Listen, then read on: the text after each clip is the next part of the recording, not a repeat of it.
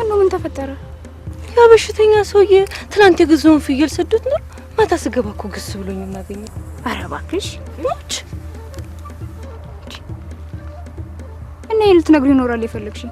ምን መንገር ብቻ እንዲሁ ወስደን አፍንጫው ለወርወራነት ነው። መንገዱ ነው ደግሞ ወዶ ፈቅዶ የሰደደውን ፍየልኛ ተሸክመን ምን ሄድ ምን ወዶ ሰዶታል ብለን የሱ አቀበልትን ታላል እንጣላ።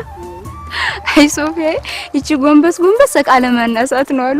ይሄ ቃሪ ቀላል ደህና አርጎ ልብሽን ጠብታ ያረጋት አልቀረም ባልንጀራ። በርግጥ አዎ ወዲያም ብሎ ሀጀለቱ ነበር። ቲያ ግን ትላንት ወፈፌ መሆኑን ታየው ወዲህ ወይ ባክሽ አታቅይ ወይ ዘመን እናንተዬ ድሮ ሰውት ይዋደድ ሎሚ ነበር የሚወራወር። ይሄው ዛሬ ዘመን ተቀይሮ አናቴ ላይ ፍየል ተወራወሩ ጀመር። ባክሽ አንቺ እንዴ አንዳች የሚያረጉት ነገር ይወርውርሻል። ይሁና እንግዲህ እንደፈረደብኝ መሄድ ነው።